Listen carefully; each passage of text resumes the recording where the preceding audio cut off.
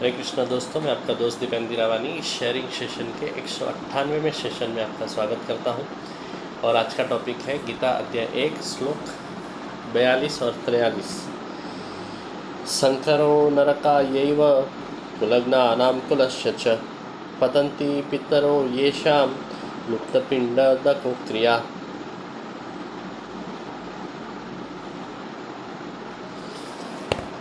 दोषैरेतै कुलग्नानां वर्णसंकरकारकैः उत्साद्यन्ते जातिधर्माः कुलधर्माश्च शाश्वता।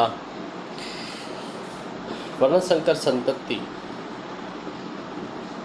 कुल के मारने वालों को तथा कुल को नरक में ले जाने के लिए होती है। पिंड और तर्पण क्रिया से वंचित उनके पितरों को भी अधोगति मिलती है। ये वर्णसंकर दोषों से कुल घातियों के सनातन कुल धर्म और जाति धर्म का मूल सहित नष्ट होता है। अर्जुन नहीं लड़ने के लिए श्री कृष्ण को इतने कारण देता है नहीं लड़ने का, और लड़ने की क्या क्या परिणाम भुगतने पड़ेंगे उसमें कारणों की परंपरा है और कारणों की लाइन लगा देता है। इसमें आज आगे बढ़ता है, अर्जुन बोलता है कि अधर्म का सबसे पहला जो अटैक होता है वो स्त्रियों पे होता है, और जिसकी वजह से वर्णसंकर संतति आती है। यही नरक है। और वर्णसंकर आदमी कुल का घातक साबित होता है। अपने वर्णसंकर आदमी कृतज्ञता नहीं होने से वो पितरों को पिंडों तक क्रिया भी नहीं करता है, जिसकी वजह से पितरों भी नरक में पड़ते हैं। तो ये कुलघाती लोग वर्णसंकरता के दोष के कारण जाति धर्म और सनातन कुल धर्मों का नाश होता है।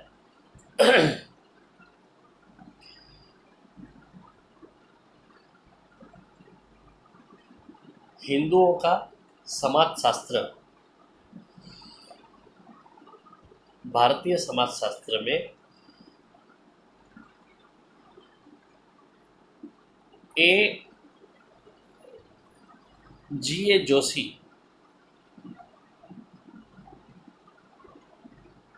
ऐसे ऑथर ने हिंदूचे समाज रचना शास्त्र जैसा एक बुक लिखा, और उसमें खून के गुणों के बारे में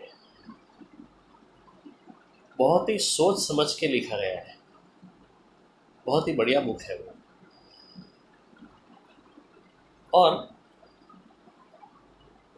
वर्ण व्यवस्था को निर्माण करके हमारे शास्त्रकारों ने विवाह पे कुछ बंधन डाले जो धन्यवाद के पात्र है।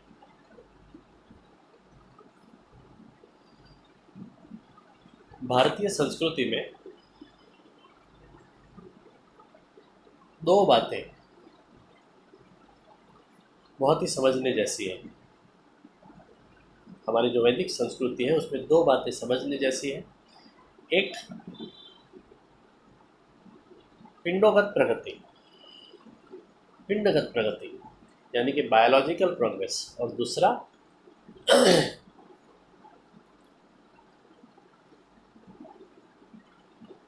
संस्कारगत प्रगति यानी कि ट्रेडिशनल प्रोग्रेस या तो साइकोलॉजिकल प्रोग्रेस। भारतीय संस्कृति में पिंडगत प्रगति और संस्कारगत प्रगति, इन दोनों का बहुत ही महत्व है और दोनों श्रेष्ठ है। और इसकी वजह से ही हमारी वैदिक संस्कृति सैकड़ों वर्षों से टिकी हुई है। ये संस्कृति शाश्वत है, चिरंतन है। और भारतीय संस्कृति में वंश वर्ण व्यवस्था ये भारतीय संस्कृति का गौरव है।